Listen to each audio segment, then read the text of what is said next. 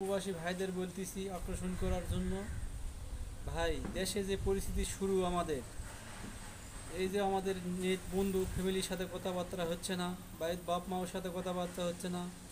আমার একটা ছোটো বাচ্চা আছে 9 বছর, তার সাথেও কথা হচ্ছে না ভাই।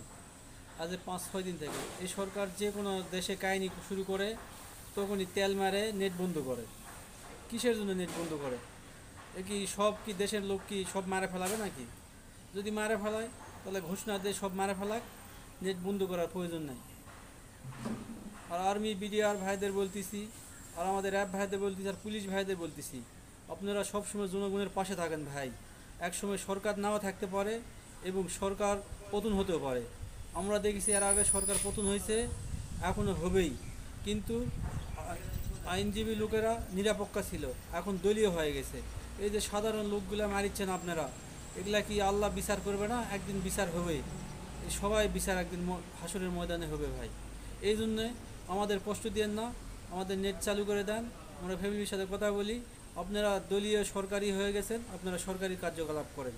আমরা যে কদিন জনগণ বাঁচা আছি এই কদিন কথা বলি। আপনারা যে কোনো ঝামেলা করবেন 144 ধারা জারি দিবেন এবং নেট বন্ধ করবেন। আপনারা দেশের সব কিছু, আমরা পাবলিক আমাদের কিছুই নাই ভাই।